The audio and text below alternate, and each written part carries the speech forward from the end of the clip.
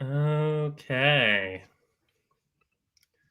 I want to keep up the relaxed vibe. How can we do that with our tremendous audience? I'm drinking seltzer, so I feel like that'll keep things cool. Fine. All right. I'll wait a minute for people to stream in, to enter our virtual audience. All right. That's all the time they get. Okay. So. All right. Thank you, everyone who was able to make it to the live taping of my discussion with Michael, otherwise known as Dr. Michael Greenberg. Um, so, I recently learned that he put out a new article, and his articles are always fun to read. And I really like that he's a interesting and original thinker, and I feel uh, we are sometimes a field that doesn't embrace original, non-orthodox thinking, and it's kind of very refreshing, whether I agree or not, when someone has opinions and thoughts and it doesn't sound robotic. And that I think is a wonderful thing, and that's what attracts me to Michael's work. So I'll read the blurb. Dr. Michael Greenberg is a licensed clinical psychologist specializing in the treatment of OCD and the director of OCD Associates, a practice specializing in rumination-focused ERP. Much of his work has focused on the cognitive behavioral treatment of compulsive rumination, which he believes is the cornerstone of all OCD and anxiety disorders. He has spent the past few years exploring psychoanalytic perspectives on OCD in order to better understand and treat the emotional and relational roots of this disorder. His current work focuses on integrating cognitive behavioral and psychoanalytic treatments for OCD to craft an integrative approach that addresses not only symptoms, but also the underlying dynamics that generate these symptoms in the first place. So I'm so pleased to have Michael as a colleague and a friend as well. And I guess we'll just roll into the questions. I guess I'd like to start by talking about your evolution of thought on OCD, starting from, getting kind of trained in the classical ERP to rumination-focused ERP, and now the addition of the psychoanalytic integration. So I'm just curious about your personal journey. I think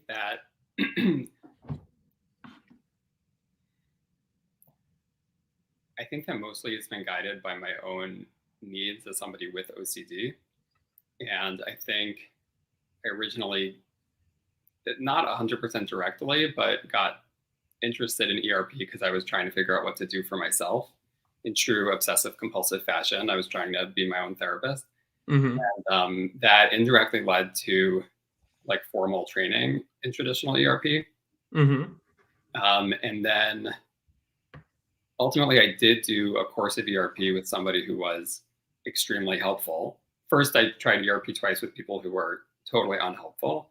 And then I saw somebody who's very helpful. But even after that treatment, I was still struggling with rumination. And I mean, how granular do you want me to get? As granular as you want. Back in the day when I was struggling Get granular. I like granular. Back in the day when I was struggling with rumination, what exactly that was really unclear.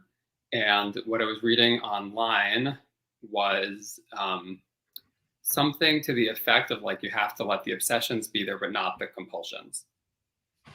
And as anybody with OCD knows, it's really very unclear what in the world that means when everything feels like it's just a nonstop whirlwind. And so I guess where the line was between obsession and compulsion was pretty blurry for me, what you're supposed to let be there and what you're supposed to stop, again, according to what was online back then. And the person I saw who was extremely helpful did identify rumination as a compulsion, and did tell me that that was something I needed to stop doing, but wasn't. And I'm not saying this in any sense to bash her. I really think she's fantastic, but she just didn't. There was sort of no instructions for how to stop doing it. Mm-hmm. So that was an issue that I was dealing with personally for years after that. And then I was giving, I forget how this happened, but I was given, this is like way too long a version of the story. Oh, go. Yeah. Anybody, I have nowhere to go. Anybody watching after, skip 3 minutes. Okay. So, right. I mean, okay, I'll give this sort of shortened version, which is ultimately I came to this realization that rumination was analytical thinking, and that analytical thinking was controllable, and that all of this stuff that I was experiencing is outside of my control. It was really just me being ambivalent about stopping. And I think there's always been a parallel process between what's working for me and what's working for my patients. And like, I could only help them go as far as I could help myself go. So not ruminating was like was a game changer. Figuring out how to stop ruminating was a game changer for me and a game changer for my patients. And then rethinking what ERP would mean. I guess it was really just a developmental process and a pretty organic evolution of realizing like, oh, like anxiety is really a consequence of rumination. If anxiety is a consequence of rumination, habituation doesn't exist. What does ERP even look like if you're not focusing on rumination? And this was a thought process that spanned years. And then I came to a point where my perspective on things was basically that it's all about rumination. That's reflected in how I was talking about, or at least like that is the key, which is reflected in like how I was talking about these things 2 to 3 years ago. And at that time, my perspective was, I think it's true now. I still think it's true that if a person is feeling anxious, that reflects that they are ruminating, meaning they are engaged with the problem, and that if they stop engaging with the problem, meaning directing attention to it or analyzing it, that their experience of anxiety, if they refrain from doing that, their experience of anxiety will go away. I don't mean in general, I mean in that moment that they can make it go away. And so that led to a sort of very clear perspective that if anxiety is the consequence of rumination and you eliminate rumination, you eliminate anxiety.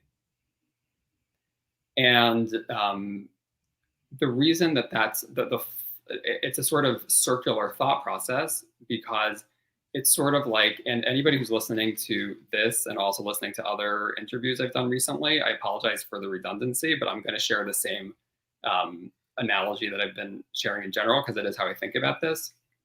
It's sort of like if somebody is overweight because they overeat, and I'm not saying that everybody who's overweight, it's because they overeat, but let's say hypothetically there is somebody who's overweight for that reason. It's sort of like saying, well, you're overweight because you overeat, so just stop eating so much. On the one hand, that is like technically true. And on the other hand, it leaves out a lot of the picture about like what's driving them to eat and what else is going on. That's sort of in addition to that technically correct analysis of the situation. In this analogy, overeating is ruminating, right? In this analogy, overeating is ruminating. Gotcha. Just make sure I'm following. So in other words, I still think it's true that if you stop ruminating, you stop feeling anxious. But I think that reducing, just like reducing a weight disorder to, just stop eating so much is asinine and leaves a lot out. I think that talking just about rumination, I came to understand, was even if it was correct, it was leaving a lot out of the picture. Interesting, because I feel like that was some of like would you say some of the original feedback you were getting? Like, are you just saying just say no, or no? Because even back then, meaning I think it was part of the feedback I was getting.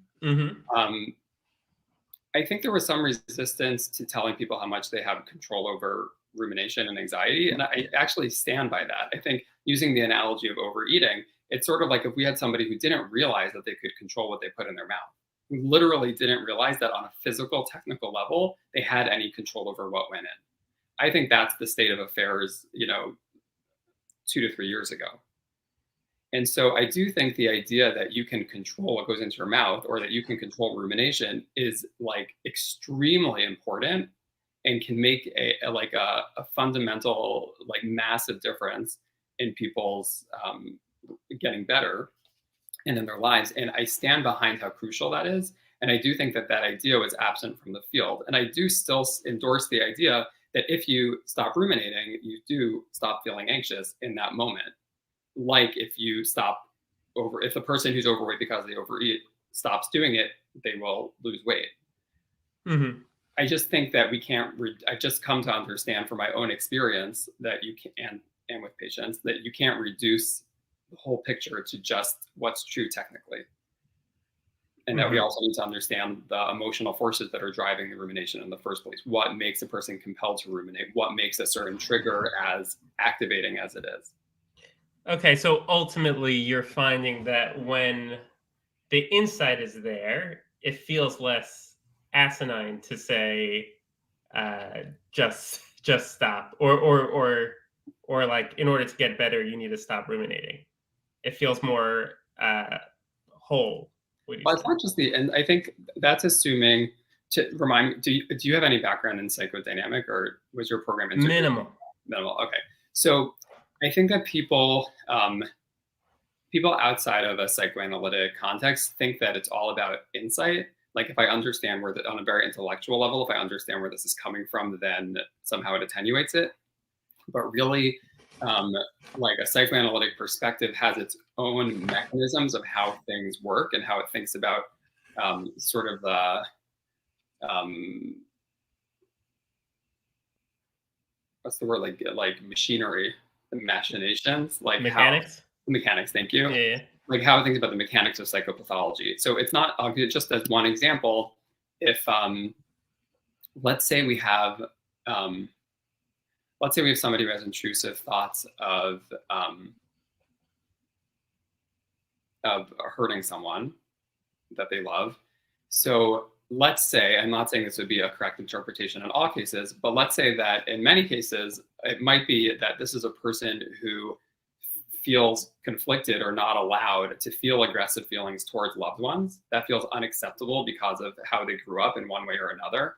I could give examples if we want, and so those normal, natural, healthy feelings of anger that are not allowed to be felt get expressed in this symptom, that is preoccupation with whether they want to hurt this person. Okay. Mm-hmm. So the mechanism of change might be, among other things, not just understanding that, but allowing oneself to feel and acknowledge those feelings that feel unacceptable in the relationship. So it's not just the understanding of what happens. There's a specific mechanism of like how the symptom is produced in the first place and what that indicates about treatment. That's just one very specific example. If it wasn't clear to you, I'm sure it wasn't clear to anyone. So tell me if that made sense. But my overall point is that it's not just about insight. It's a whole world of how things work. Right. Okay. So would you say in order to do like the next iteration of your treatment, like, do you have to be a psychodynamic psychotherapist? Or is it something like, do you need to be a psychodynamic therapist for it?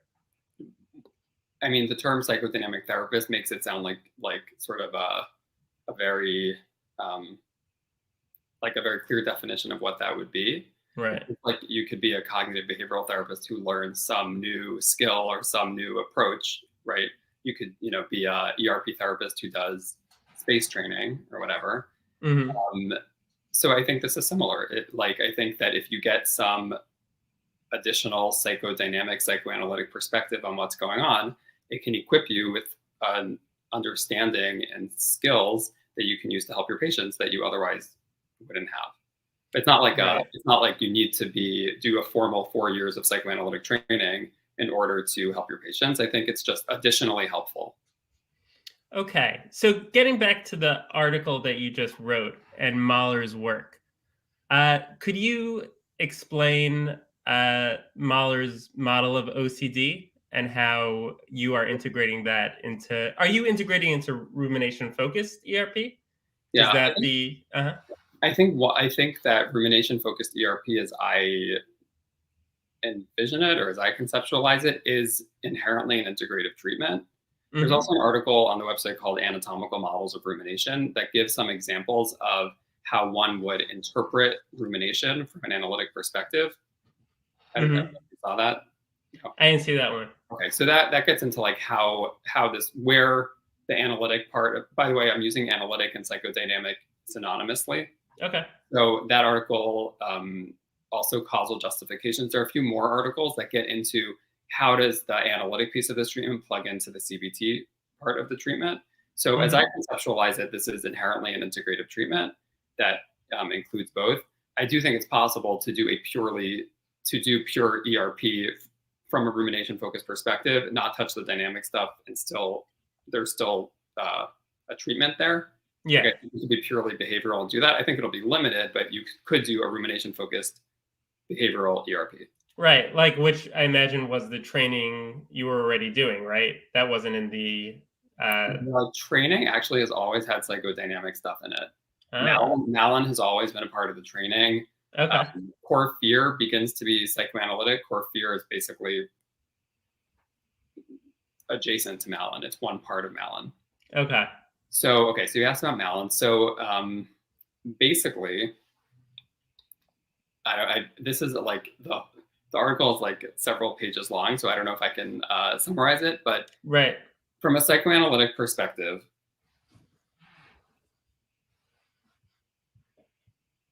psychopathology, meaning psychological symptoms, mental health symptoms, are the result of emotional conflicts. And an emotional conflict is when we have natural, healthy feelings that we are unable to feel or acknowledge. Okay, so for example, let's say I have a parent who does something that it makes me very angry. But let's say for whatever reason, being angry at this parent is very threatening. Let's say, to use an extreme example, let's say I have like a very narcissistic parent, and if you get angry at them, they retaliate and don't love you. Okay, like they devalue you hostilely, let's say for this example. So that would present a situation in which feeling angry was scary. You can't feel angry at that parent. Because it would lead to a loss of attachment. You would lose the relationship, or at least in that moment, you would be cut off from the relationship. So that's just an example of an emotional conflict. Mm-hmm. We could have someone who doesn't even feel the anger, because even that is too threatening. Okay, and we could have somebody who feels the anger, like they experience something, but they can't acknowledge it for what it is. Okay, so there are different levels to what it means for something to be unconscious. So from an analytic perspective, when a natural, healthy feeling, like that kid's anger, can't be felt or acknowledged for what it is, it gets expressed in some other way. It gets expressed as a symptom. And that symptom manages to give expression to this emotional force that needs expression while avoiding the threatening consequences. Okay? So just to give one example, let's say that kid, goes and beats up their brother, or let's say that kid goes and, you there? Yeah. So that kid goes and does something, hurts themselves, right? Those are all ways that person, or let's say that person sits there talking about why they're bad and their parent was right for doing what they did. Okay. Mm-hmm. All those are examples of how that person is discharging the anger, whether it's towards themselves, whether it's towards the sibling. Those are examples of symptoms in which a natural feeling that can't be felt where it belongs is getting discharged in another way. Right. Okay. So Malin, one more sort of concept before we put things together, the concept of healthy aggression. So as my supervisor put it a little while ago, people have two sets of needs in relationships. People need to be attached, meaning we need love, we need to be together, we need to be connected to other people. And we also need to get our individual needs met and protect ourselves. Okay, so the first need we could call attachment, and the second need we're going to call healthy aggression. And healthy aggression this is a very broad construct that we're going to use to include anger, being disappointed in someone, my individual needs, setting boundaries, feeling ambivalent towards someone, like a really broad construct of healthy aggression. Again, individual needs and protecting the self. So according to Malin, OCD symptoms result when there's a healthy aggressive feeling, again, nothing bad, healthy, natural, important aggressive feelings that can't be felt or acknowledged because they pose a threat to attachment. Okay, the example of a narcissistic parent is one example, but it could be more subtle than that. It could be that I'm afraid, let's say I have a sick or fragile parent, and I'm afraid that my needs will like overwhelm that parent. So I'm afraid that my needs will destroy that parent. And so I can't feel or acknowledge my needs. That would be another example. Just a little footnote here. Malin doesn't say that he doesn't say that OCD is always the result of a healthy aggressive feeling, though I would say in my experience it is. And he also doesn't say that a conflict about healthy aggressive feelings can only produce OCD. Right. You might find a healthy aggressive feeling lurking behind an eating disorder or depression, whatever it is, fine. But nonetheless, he would say that when you're looking at an OCD case, you want to look for a conflict between a healthy aggressive feeling and attachment. Okay? So OCD specifically rather than other anxiety disorders? That's a really good question. So Malin, do not disturb. Malin has a sort of, what's the term, like system for conceptualizing differences or categories of psychopathology that doesn't map well onto how we think about things now. And personally, I don't differentiate between anxiety disorders and OCD or phobias. They're all the same thing. And I think of things transdiagnostically. So even though I'm talking about OCD, I'm never really just talking about OCD, and I would treat GAD or social anxiety, broadly speaking, the same way. So Malin is talking, when the things that I'm quoting, he's talking specifically about OCD mostly, but anybody who wants further detail can go read the book. Okay. So just to give a couple of examples to illustrate this, like let's say we have a kid who has ADHD, and when they sort of do what they want to do, they act autonomously and don't submit to being controlled, they get shamed or they get, rejected or excluded at school or at home. Okay. So that would be an example of a conflict being set up between their autonomous drivings versus shame, let's say. Okay. And let's say, thinking about a past patient, let's say that person then becomes compulsive about checking that they have their backpack together, or compulsive about checking their schoolwork. Okay. I won't use a case example in case it is remotely identifiable, but let's say that you can often see that that's happening in the context of wanting to rebel against it, wanting to let go. So there's the impulse to be autonomous and to say, fuck this. And then that is kept in check the person responds to that threatening feeling that would lead to shame by compulsively checking, right? Or let's say somebody has relationship OCD and they're, constantly plagued by, are they in the right or wrong relationship? So there's more to say about that from an analytic perspective besides Malin, because you get into idealized, living in a world of ideals versus devalued things and right and wrong people and good and bad and whatever. So there's a whole extra object relations piece there that we won't get into. But let's say just from Malin's perspective, this might be someone who struggles with feeling ambivalence towards a loved one. Is it okay to feel disappointed in something about someone you love? Is it okay to feel critical towards somebody you love? And for whatever reason, there's the assumption is that, or not the assumption, you can trace that pattern back to childhood. There was some reason that it was not acceptable or not okay to feel those feelings towards a loved one. And if you did, it threatened the relationship that you had with them. Right. Okay? So that is basically, in a nutshell, and again, for further reading, see the article or read Malin's book, that's in a nutshell Malin's model of OCD. And so when you're seeing a case for the first time, what you're thinking about is, what's the healthy aggression that's not being acknowledged? And how does that pose, or how is that expected to pose a threat to attachment? And how did that pose a threat to attachment in childhood? Okay. So would you say there are some themes of OCD that it fits more seamlessly with and others not? Or is it? In my experience, and again, I should, let me give one more proviso, which is that the analytic perspective is very complex and very rich and very multi-dimensional. And so the idea that like this conflict that Malin's describing is the analytic perspective on OCD is super misguided. It's just one tiny starting point for thinking about things. So nobody should walk away and think psychoanalysis says XYZ about OCD and that's all they have to say. Okay, just putting that out there. Back to your question. They're very prolific. They are very prolific. They write a lot. Yeah, unfortunately, also talk in code, which is a big problem. Okay. But anyway, so where were we? Malin, does this apply? I think, in my experience, I think you can see this in every case. And, okay. And we're using a really super broad definition of healthy aggression that is so broad that it captures a lot of things. Mm-hmm.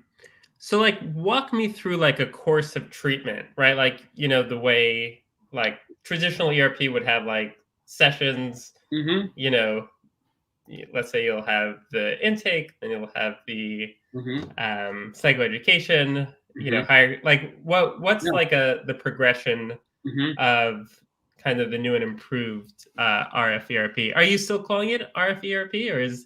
Yeah, but also to be clear, like, I've been working on these articles for like a few years. Right. And so even though they haven't been on the website, basically you can't publish psychoanalytic stuff to the CBT community without it being really airtight. So I've been working on these for a long time, but they're not like sort of, they're not. We are holding you back, man. We're holding you back. They're not out of nowhere. It's not like all of a sudden he's psychoanalytic. Like this has been going on I've been in analysis for, I think I'm in my 4th year of psychoanalysis, and like I've been in analytic supervision for years, at least a couple of years. So this isn't like all of a sudden.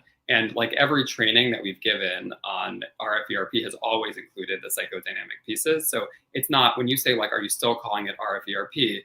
RFPRP has always been an integrative approach, even if it's been sort of, even though that's evolved with my understanding of psychoanalysis. Does that make sense? Okay. Yeah. So Malin was in the first training ever. Like, this is not new. All right. So in answer to your question, there's an article on the website, first of all, called Order of Operations that literally goes, it's intended for therapists, and it goes step by step through what, like step-by-step order of operations for RFPRP. And that is basically, first of all, case formulation. Like, what is this really about? Okay, so, you know, mom brings in the kid and the kid like won't touch anything that mom has touched, right? So you don't just say, okay, that's the thing they're avoiding, so let's start exposure. You say, what's going on? why is this the symptom? What else is going on in the family? So you get a picture of what is this really about, and then you teach the person how to stop ruminating, and you focus on that. When the person has down pat how to stop ruminating, like they can turn it off, then you identify targets for exposure, which are very streamlined in this approach. It's like only things that are avoided and things that are triggers. And then you move on to doing exposures in the context of not ruminating. Learning that you can control your experience of anxiety and that you can control your experience of anxiety even in the context of not ruminating.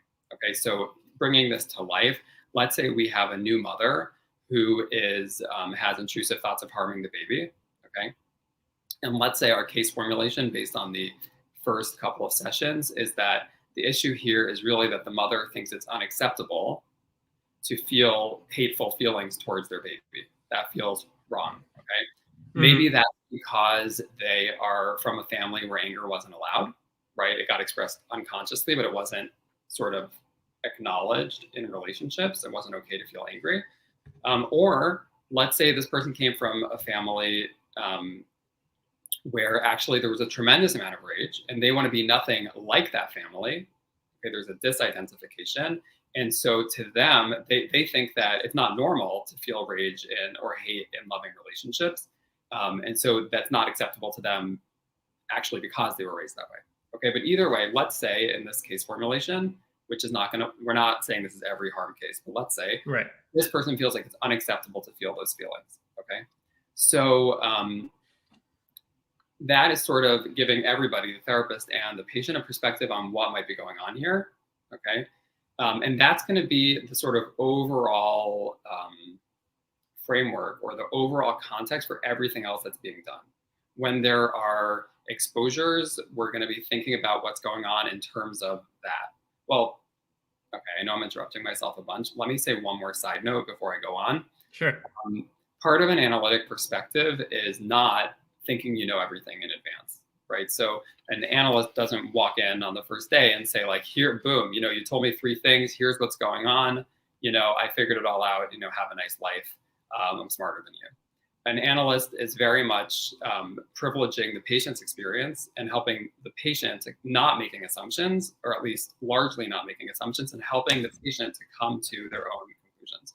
So far be it for me to say that we have a case formulation in the first session and then that's it. We figured everything out and then we work on that. You have some concept of what's going on, a bare bones formulation in the first session, and then that evolves over time. That's sort of part of the therapy, exploring the emotional and relational dynamics as you're doing exposures. Right. And you wouldn't refer to that as insight, like what they're kind of like that connection between that childhood experience and how that manifests to it is insight, but I think that like sort of packaging it as just insight makes it sound like it sounds like it has implications for what the mechanism is. It implies that the mechanism is just, I understand what I'm doing and that's, and then I can stop. And that's not the mechanism. There are a lot of mechanisms that if you're not trained analytically, like you don't even have a framework for psychoanalysis is its own world of thinking about how psychopathology works and how therapy works and how things move and what, causes what and how, good and bad. And so I think referring to it as insight might be correct, but I think the implication is a little in the wrong direction. Right. Do you think it like cheapens it in a way, or it's like reductive? It's reductive, but I think it's also reductive in a way that is not it's not accurate reductive. Okay. It's like it implies something that's not an accurate reflection of the whole picture. Got it. Yeah. And again, I like it's not only beyond the scope of like this conversation, but it's even beyond my ability to explain, because I'm just like in my first few years of learning about analysis, to explain like how it works. There's like, volumes of literature on what it is and how it works. So anyway, so going back to that case, okay, so let's say we have that mother, and let's say the issue is that, it's unacceptable to experience negative feelings towards the kid, to experience rage towards the kid. So there might be upfront some psychoed about that the goal is going to be to be able to feel and acknowledge hateful feelings towards the child. There might be probably some conversation about where this comes from and why it's so threatening, right? And some guidance about the fact that the goal of treatment is not to get rid of those feelings, but the goal of treatment is to be able to feel and acknowledge them and know that it's okay and not feel dysregulated by them, okay? So that's sort of upfront. Then we would teach the patient how to stop ruminating, okay? As we're working on that, again, these things would still come up, because let's say the patient says, you did it in session, they learned how to stop ruminating, they did the initial exercises, they practiced not ruminating even when they're triggered, okay, then they left, and their homework was to not ruminate. They're gonna come back with their stuck points, times when they were triggered, and looking at those, maybe you're gonna address justifications, but maybe you'll address issues with technique that have come up, Right? Yeah. Maybe you'll address justifications, but maybe you'll also address the emotional dynamics that are going on, right? Like, for example, like maybe there was a reason that the mother was really angry with the child at that time, right? That wasn't being acknowledged, because it's not just that this person, knows they're angry but it's not okay. They might not even know they're angry. These feelings, they're unconscious, right? I'm thinking, for example, of a mother who,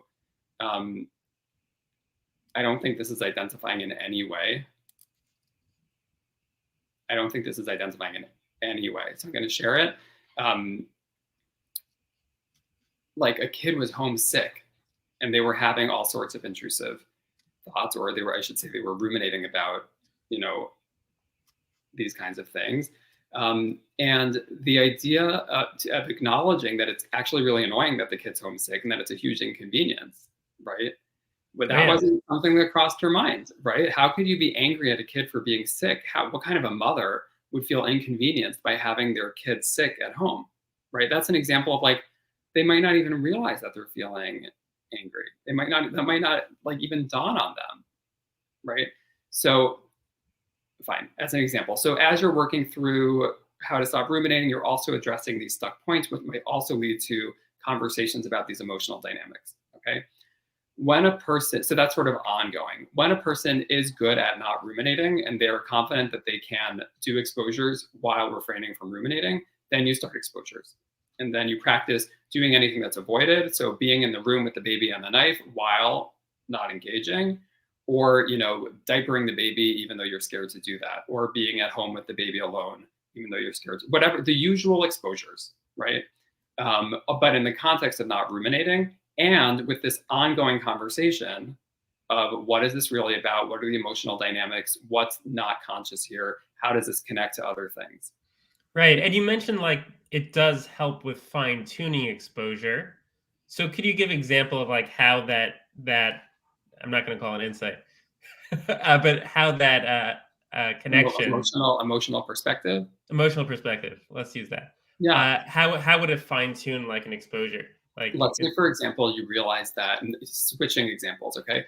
Mhm. Let's say you realize that the real trigger in the relationship OCD is specifically being in a triad of 3 people and feeling excluded, okay?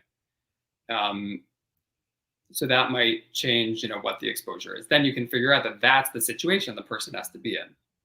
And I think that, although you could say, well, why can't the person realize that without an analytic perspective?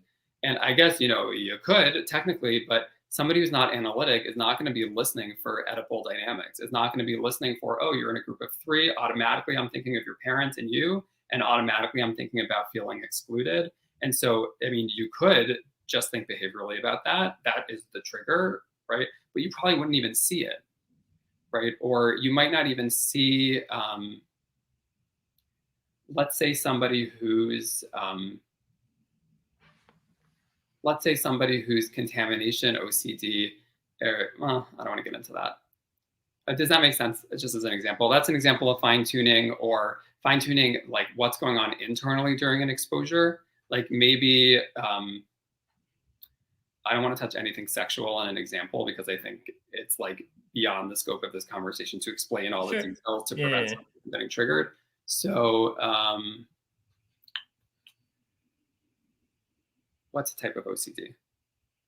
I went straight to sex. What about Tourettic OCD or Tourettic just OCD.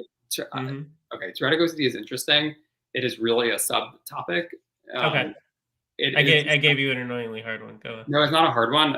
We just need Right. it would take another 5 minutes to get into it. It's in the article called 3 Types of OCD Cases, and it's the third type.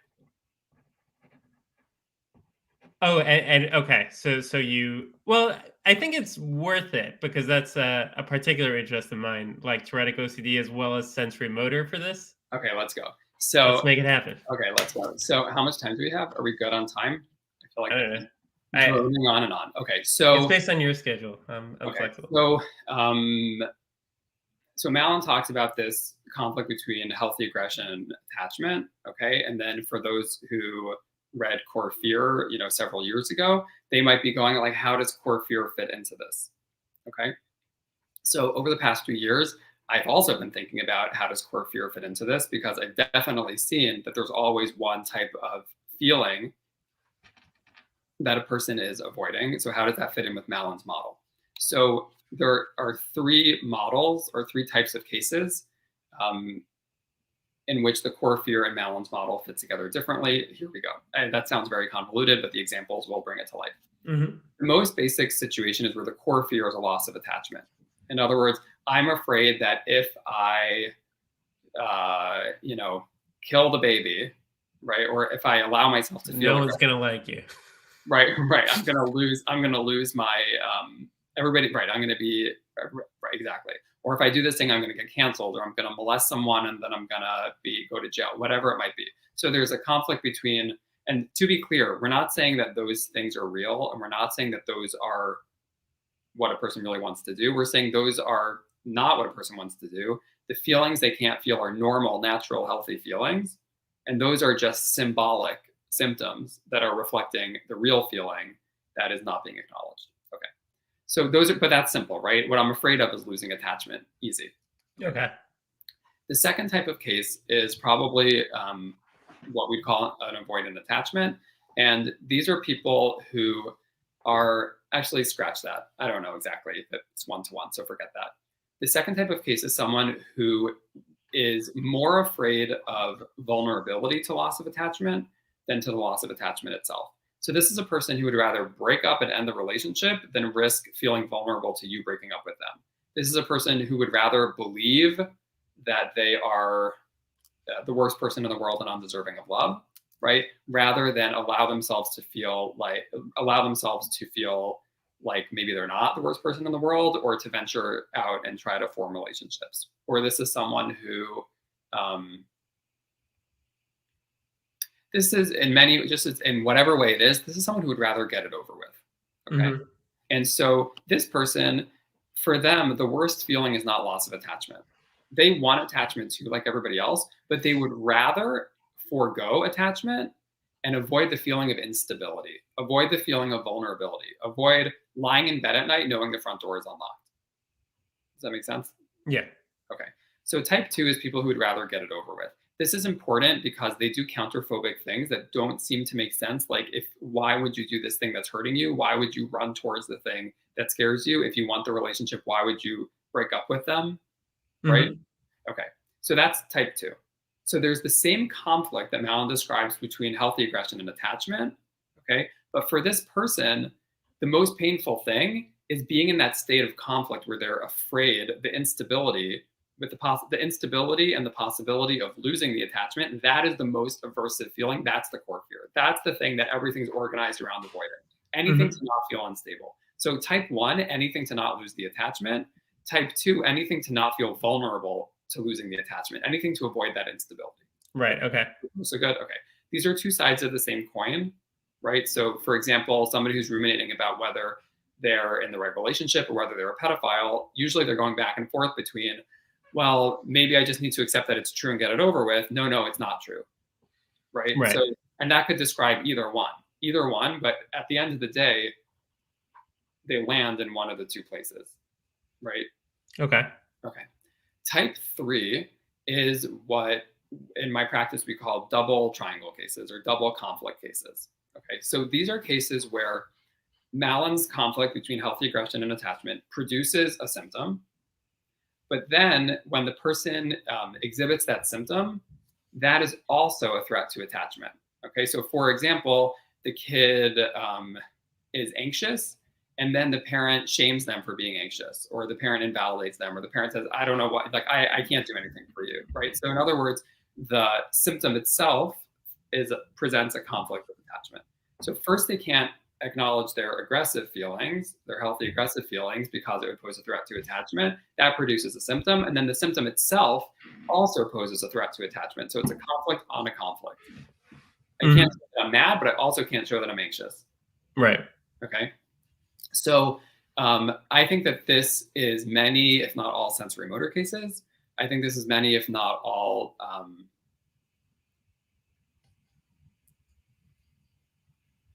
I have two articles. One is about contamination OCD and one is about just right OCD. Mm-hmm. describes two types of cases. One where there's a fear of an external consequence, like I'm afraid that if I touch this, it'll contaminate that and that person will die. Or I'm afraid if I don't do this ritual, something bad will happen and I'll lose the attachment, or everybody, whatever. And then another type of case where it's not about any external consequence. It's just the feeling of contamination itself. I'm afraid of being stuck in that. Or it's the feeling of that urge to do the thing itself. I'm afraid it'll never go away until I give in and do it. Right. Those latter types of cases where it's the symptom itself, the feeling of the symptom itself, those are this type 3 case. And so my theory, borne out by clinical experience, but I'm not saying it has to be 100%, this is my hypothesis, is that those are cases in which the symptom itself posed a threat to attachment. So the person became preoccupied with the symptom itself. Sensory motor, I don't want to have the symptom, the contamination, the urge. I think many emetophobia cases are this also. Like if I keep thinking about blinking, my attachments will be forever threatened or threatened. Something like that. Like I'm gonna, let's say I'm afraid I'm gonna let everybody down and everybody's gonna leave me if I can't get over this sensory motor thing. Mm-hmm. Based on, again, experiences in childhood that led to that fear. Make sense? Mm-hmm. Okay. So that's a type 3 where there's a conflict on the conflict. So that is probably where I would be thinking about Tourette's OCD. It could be, not necessarily, because like I said, there are two types of just right OCD. Yeah. But let's say, I mean, for example, I'm a little iffy on saying that. I think it's not the whole picture, but it's at least something to keep in mind. Let's say that. I'm not saying that every case of Tourette's OCD is someone who there was a threat to attachment, but it's definitely the first thing I would be thinking about in a case like that. Yeah, it's interesting though, like how in this model, how central the emotion of anger is, to OCD and anxiety, right? Like it's usually not anger, but healthy aggression, often anger. Right. I mean, in terms of like a lot of the examples you bring up are like, I didn't have the opportunity, or anger was seen as unacceptable. It just sounds like anger is so central. Anger is central. Yeah. Anger is central. And I mean, think about how many people with OCD, like, also have can also get explosively angry given the right circumstances, right? Or like this righteous indignation that is the hallmark of the obsessive compulsive. Or sometimes like the exact opposite, like they'll never do anything to make anyone even like people pleasing. Well, I think that those two things usually go together. So usually, in other words, the anger is usually inhibited to preserve the attachments and relationships, but that anger then gets explosively expressed given the right circumstances. Like, let's say the defense doesn't work. Let's say I'll do anything you want so that you don't criticize me. If you criticize me, maybe all bets are off. Right. I worked so hard and you criticized me anyway. Maybe boom, the defense didn't work. So, got it. Yeah. So I was really excited to hear that you have Dr. Dean McKay as your PI, and that there's some interesting investigations going on. So could you it's not going on. It is very exciting, and I'm very grateful that he's working with us. But to be clear, we're in like the infant, maybe in utero stages of the research process. So what trimester are we in? Yeah, I think we're a twinkle in somebody's eye. I got it. Okay, so like we are in a process. So I mean, one of the challenges, in my understanding, that research on psychodynamic therapies have is like the challenge of researching it and kind of like how conducive it is to standardization, right? Like it's not a pill, that you could give someone. It's like much more complex, and it's not manualized. It's not easily manualized, and when it is manualized, many people think the manual really does like kind of bastardizes the whole thing. So how would you say you plan to, even though we're still in the twinkle stage, like how would you kind of overcome those limitations that other psychodynamic theories experience? So first of all, we're in the twinkle stage, and I don't have an answer to that. And like, I think that's from what I gather, what I've learned from Dr. McKay through this like initial process is that like setting up a research agenda is like a years long process, and it's not like you have a treatment and then tomorrow you do an RCT. Right. So, like there's going to be a long process. So no, I don't have an answer to this. However, I am trying to a certain extent where I can manualize the psychodynamic parts of this treatment. And so, for example, the Malin article is meant to give a framework for, even though it does not remotely reflect the whole of an analytic perspective on OCD, it's a starting point, and it's meant to give a practitioner something, a framework to work with, to conceptualize what's going on. So it is trying to manualize it a little bit, or similarly, the article called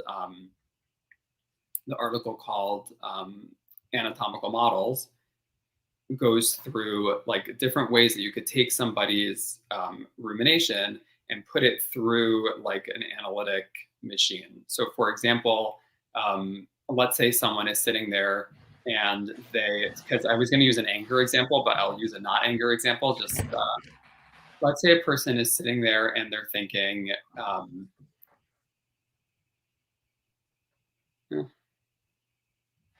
let's say a person is sitting there and they're ruminating about what to do about a problem. They have a medical problem, okay? And they're like just constantly thinking about what can be done about it, okay? So it's not a good example because it's not in the article, but I'll use it anyway. So an analytic interpretation might be that there's a fantasy there that they can figure out a way to solve this problem. And it might be defensive against grief. It might be defensive against coming to terms with the fact that this is a problem they have that's not going to go away. Okay, just to use a non-anger example. An anger example would be, let's say someone is sitting there going, I'm so mad at my spouse, right? But then they're talking themselves out of it and they're going, no, it wasn't their fault. It was my fault. I shouldn't have done what I did, et cetera, et cetera. And then they're going back and forth, but they're so mad, but it's not whatever. So you could use one of the models in that article to interpret what's going on, that there's a natural feeling of anger, and then there's a defense, which is turning against the self or rationalizing the anger away. Does that make sense? Or let's say we have somebody who's going back and forth between options where no ideal option exists. That would be another model where the interpretation would be that this person feels a pressure to do something in an ideal way where no ideal option exists.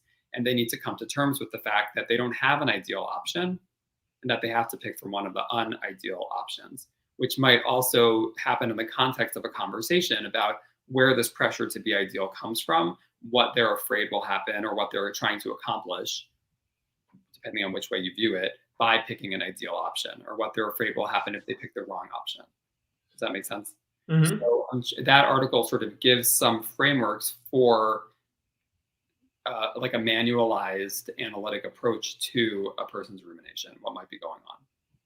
Cool. And there are psychodynamic treatments that, are in Division 12, for depression, for example. So there are, I guess, ways to make it happen.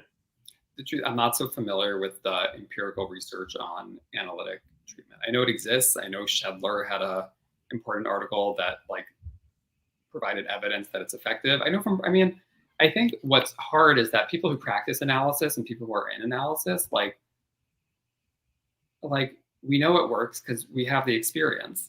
You know what I mean? And so I know that somebody in the evidence-based treatment world would be like, well, you have to prove it. But I understand why most people in the analytic world don't feel such a pressure to prove it. They just help their patients and help themselves and go home knowing that they're doing, something that's helpful.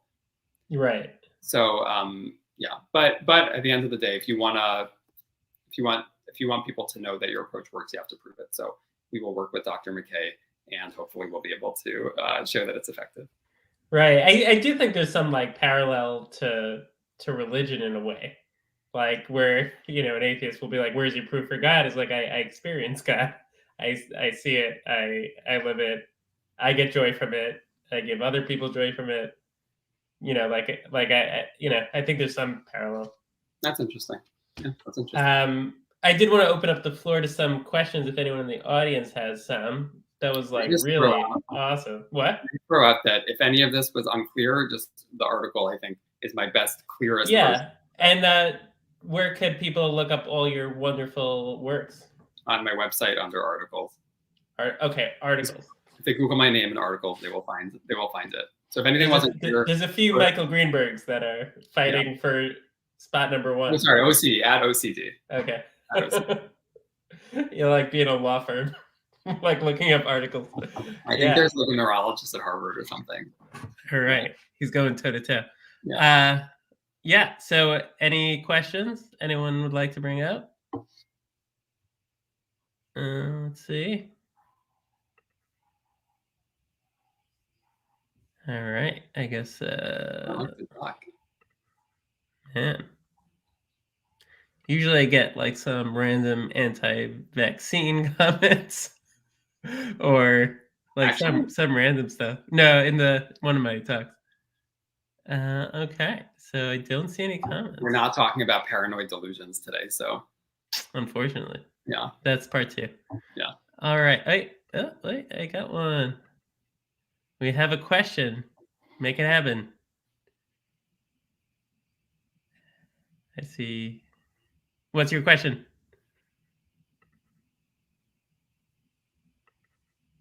Wait, maybe they're typing.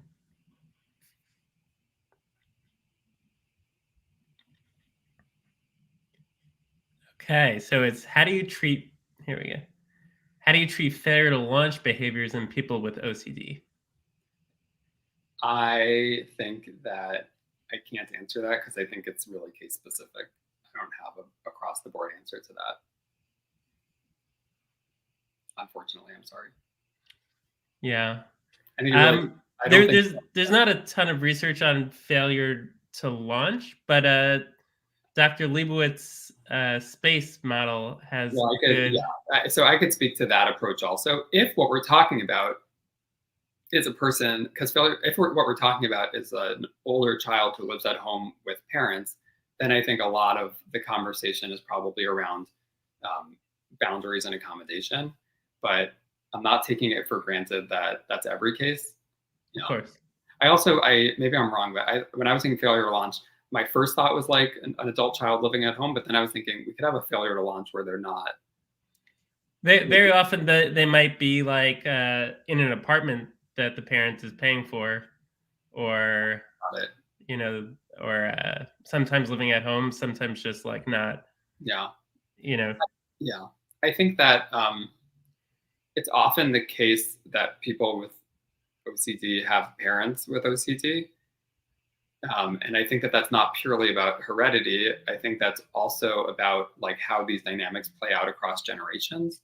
So if, for example, you have a parent who has trouble setting boundaries and who is consequently very controlling, or who feels a need to do things in an ideal way and is consequently very controlling and also imbues this idea that things have to be done in an ideal way or whatever, many mechanisms to pass it down. But I think that could explain some situations in which you have somebody with OCD with parents who are having trouble setting boundaries because the parents have the same dynamics around healthy aggression.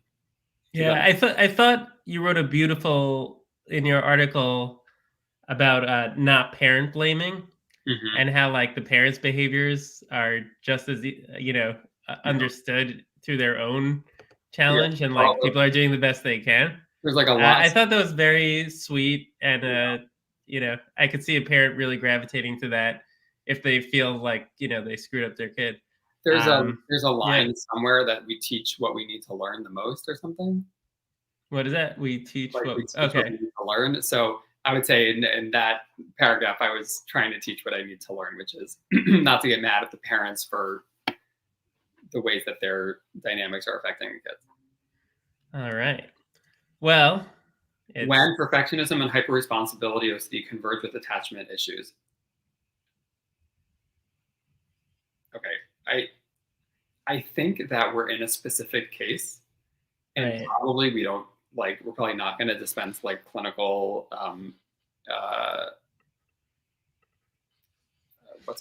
opinions about specific cases.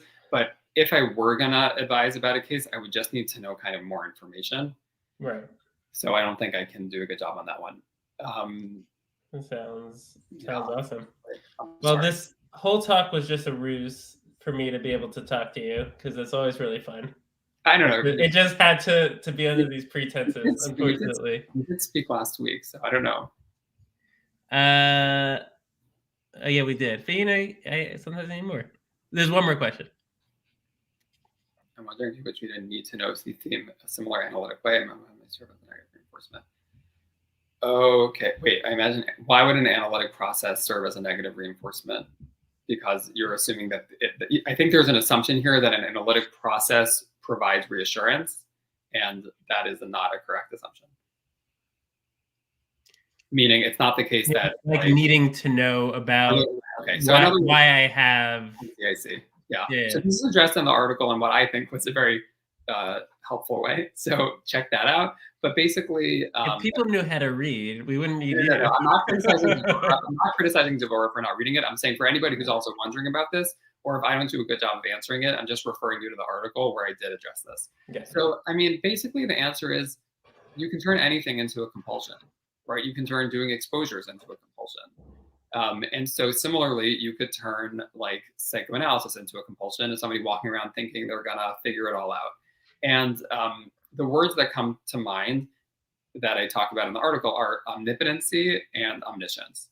So people who have OCD, the obsessive compulsive, present company included, have a tendency towards omniscience, which is believing, in this context, believing that we have the answer within us somewhere, that we can figure it all out ourselves, and that we have within us everything we need to know to solve the problem, and that we know what the problem is. And omnipotency, which means like we have the ability to solve this problem. Like if only we do X, Y, Z, we can achieve control over A, B, C. So in this context, to imagine that you read this one article and then you have everything in you to solve this problem and that you have all the answers in you, that's omniscience. That's not true. Like this article is just like that much analytic theory and really just the jumping off point. And if you want to work on it, you're going to need to see somebody trained dynamically or analytically to work on it.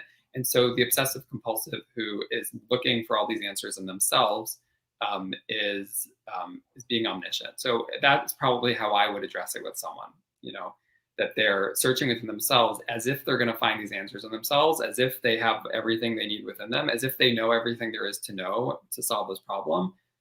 So I would address it on that level. And then I would also address it on the level of omnipotency, where this person is clearly thinking that, or potentially thinking, I should say. Somebody once told me, if you say clearly, it means it's not. Mm-hmm. Right. Yeah. So this person is potentially thinking. No offense, but. What? It's like no offense, but. Exactly. Yeah. So this person is thinking, oh, if only I figure out, I know that what I need to do is figure out what my healthy aggression is, and then my OCD will go away. If only I can do this, I can achieve control over that. It's an omnipotent fantasy. Okay. And so that is probably how I would address it on a cognitive level in terms of justifications. I would address it on a like response prevention level of like, this is do you want to be doing this or do you feel compelled to, right? Which is my definition of what makes something compulsive. But then I would also address this in terms of interpreting the omniscience and omnipotence that are driving this, that you're imagining you can find all the answers within you, and you know what the question is, and you know that if you find that answer, you'll cure your OCD, and none of that is based in reality. So there. Oh, Michael Ambrose, hello. From Naomi. What about adult onset OCD where the adult had a healthy attachment, early family experience? What about a child? Okay, so two things. Number one is I have not met the person with adult onset OCD who didn't, upon further investigation, have some stuff that was OCD the whole time. That just wasn't labeled as such. So for example, somebody might have in my experience, if you've met this person, write in, but I have never met the person who presents with OCD with acute onset who didn't have something similar their whole lives. They might just have said, oh yeah, I was always a worrier, but I never worried about this particular theme until I was 25 and this thing happened. Okay, so I'm not sure I believe in adult onset OCD. Though again, if you've met the person, let me know. Also, to say that there's a threat to attachment doesn't necessarily mean that the person has like a bad attachment, right? Like, for example, well, okay, first of all, I think, okay, I don't want to make statements that I can't support, but in my experience, a lot of people with OCD have anxious attachments or avoidant attachments, but mostly anxious attachments in my experience.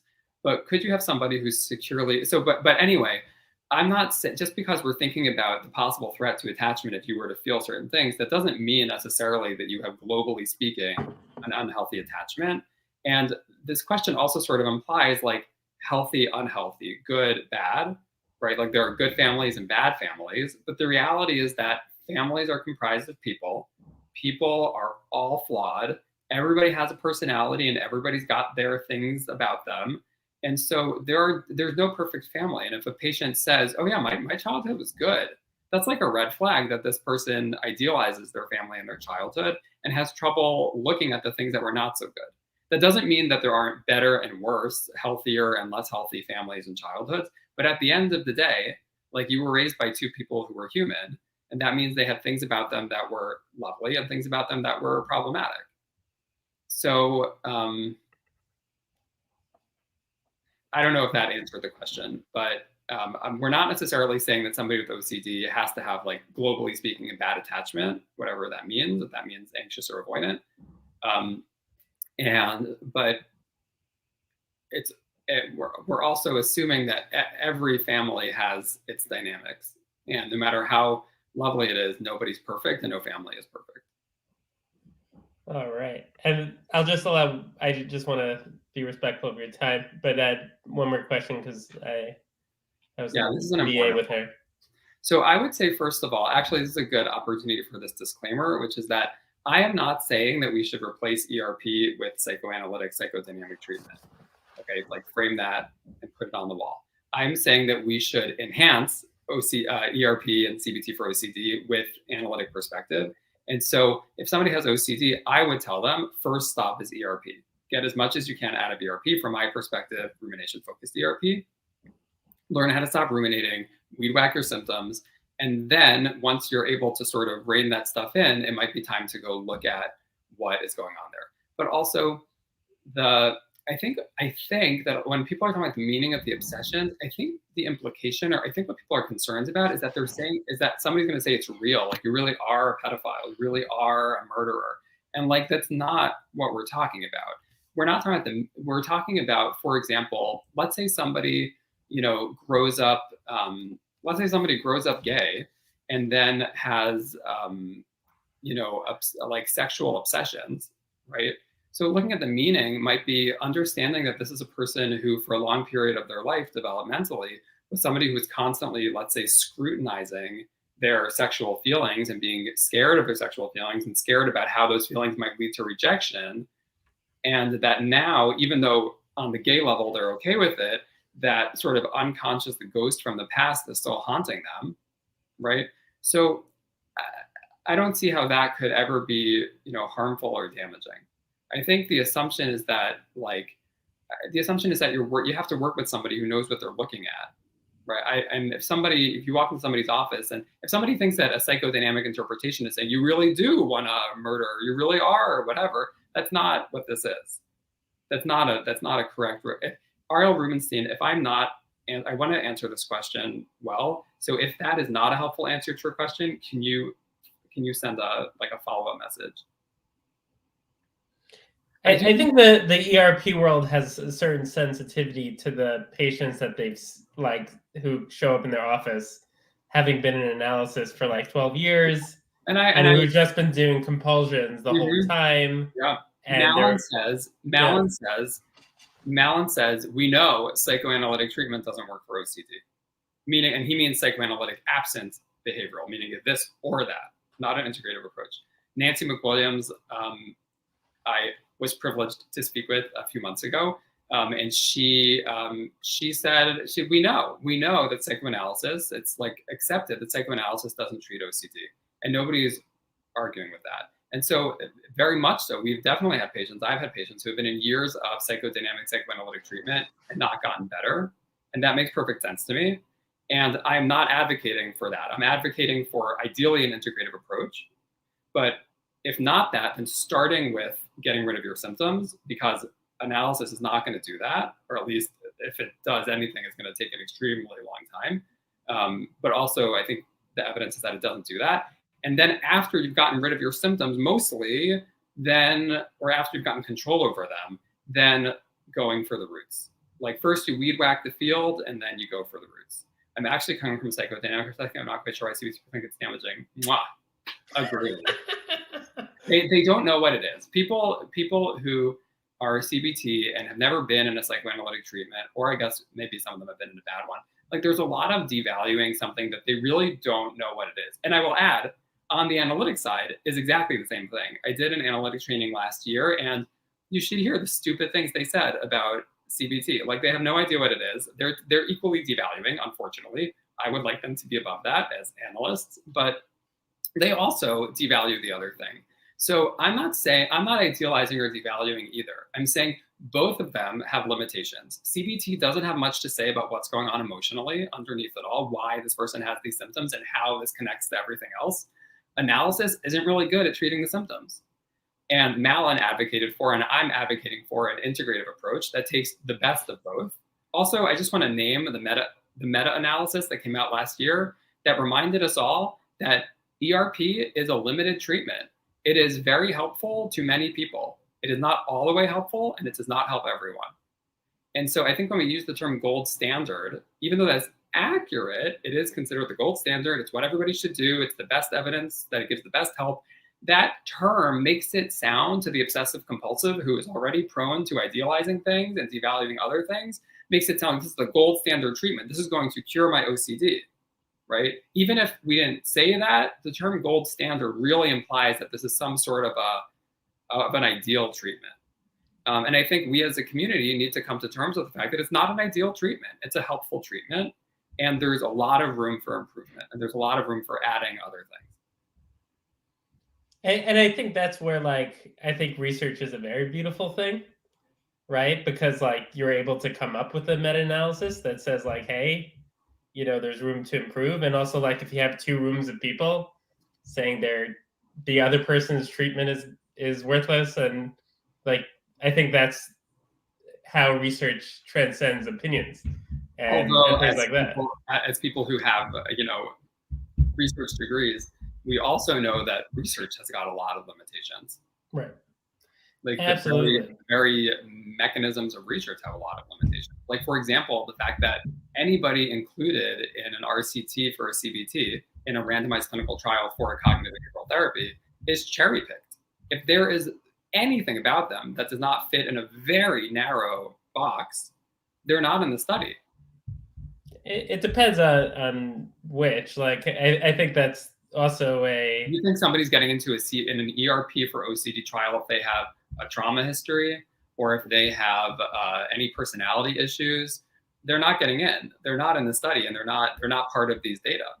So I guess it depends. Like, some will be much less strict, and some will be more strict in terms of their inclusion and exclusion criteria. Sometimes it'll be like an ecological study where they will have like the data of a whole clinic, or I won't be omniscient. I don't know what the OCD studies did or didn't do, but my understanding is that is a significant limitation of the research also.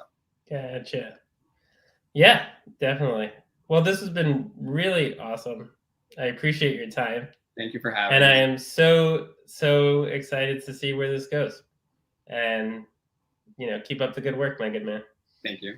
Thanks for the platform. Right. Thank you. Take care. Bye. And thanks, everyone. And just Google Michael J. Greenberg OCD to find all your work, right? Yeah. All right. Have a good night, everyone. Take care.